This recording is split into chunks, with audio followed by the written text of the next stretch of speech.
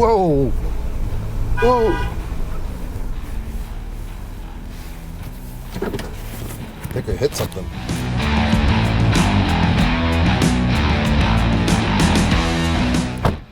All right, spoiler alert, as you can see, we've already had fun with the new Bronco, and I gotta tell you, this is probably the most fun I've ever had off-road. But I don't want to spoil everything. Let's get to that in a second. But first off, let's talk about the trims of this new Bronco. There are 6 of them, and it's kind of confusing. So in order to kind of explain them to you, I've enlisted the help of Jeff from Ford Canada.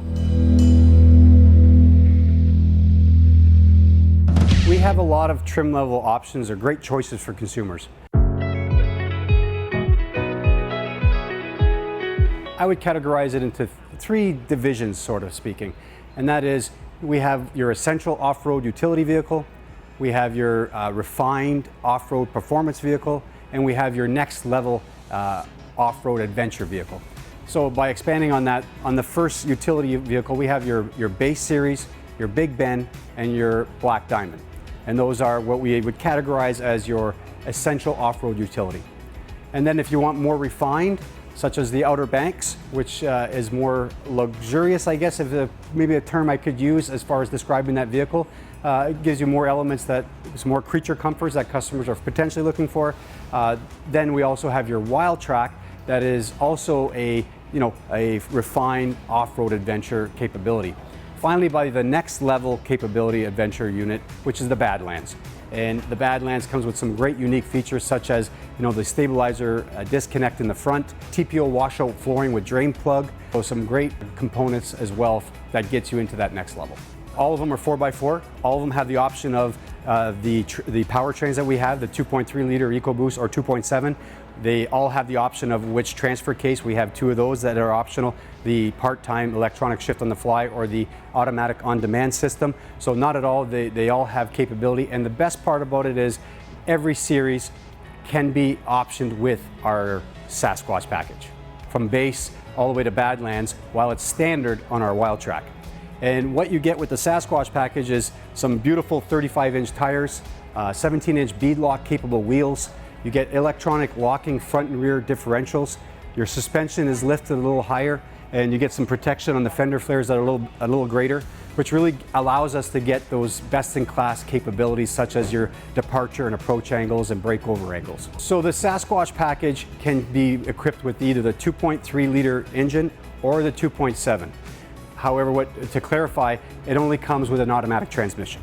Well, does that make it any clearer? If it doesn't, don't worry. There are so many different trims, combinations, what roof comes with what, engine and transmissions, 2 or 4 door transfer cases. It's all quite mind-boggling. The best thing though is that you can get the perfect Bronco that fits your needs, and they made them very, very modular, meaning a lot of the pieces are user removable and replaceable. So for instance, if you want to do some high risk adventures, you might want to take off some of their fender flares or replace it with some aftermarket ones. The same applies for the grille or even the fenders. You can easily do it by yourself. The doors are easily removable, and one big bonus is that the mirrors are mounted on the body. So if you take the doors off, you still have mirrors to use. All right, time to hit the trails. First off, we have our goat mode selector here.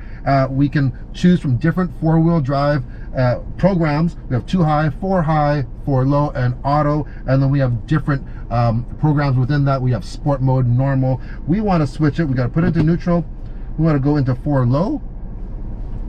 So it says shift in progress. We're in 4 low now. And all of a sudden, the sync system, the screen turns into this big, huge image of the front camera. This is extremely helpful just to see what's in front of you. Also, you also have these guides on each side of the hood as well. And we are also going to put our front and rear lockers on here. So into drive, lockers are on, off we go.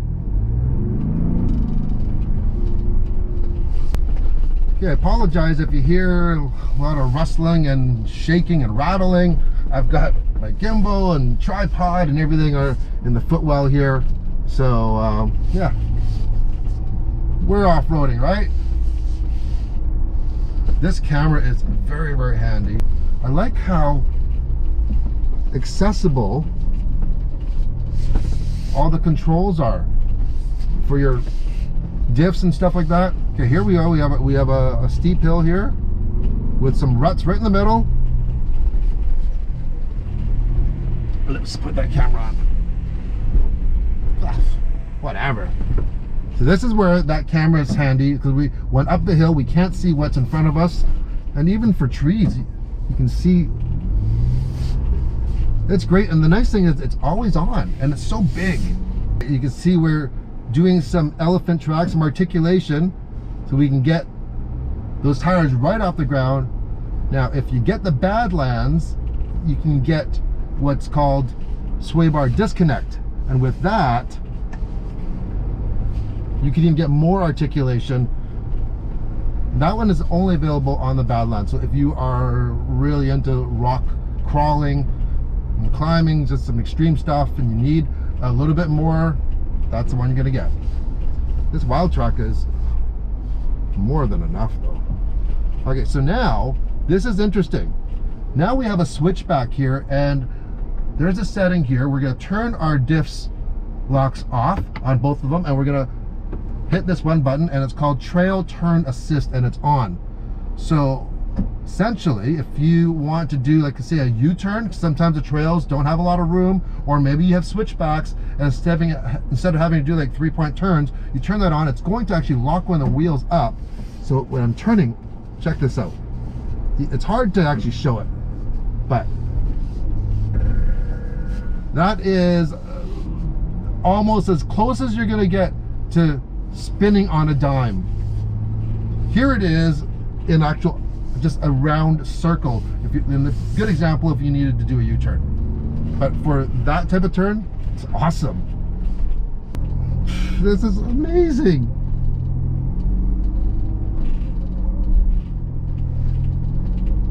This is so handy to have. I'm not sure if any other 4x4s have this. This is the first time I've ever experienced it. If you know if there are other features similar, let me know in the comments below. So we're gonna turn that off. We're gonna put our diff locks back on and continue on our way. Here we go. More big, huge dips again.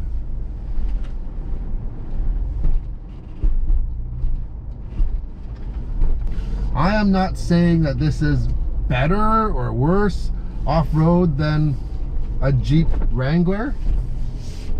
I do not have the expertise to comment on that. I can easily say that this is the most fun I've ever had in an off-road vehicle. And that's saying a lot. Like, normally I do a little off-road, it's like, that's good enough for me. I don't want to stop with this one. I just want to keep on going.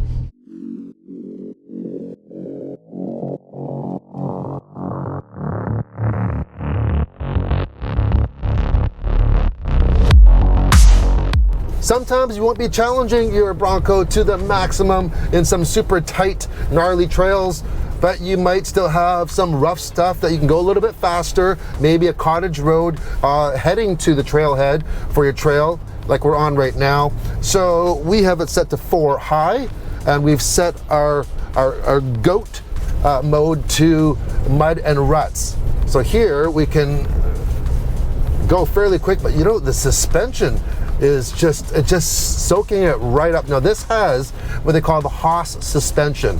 That's what Ford's name is. So it's high-speed off-road stability suspension.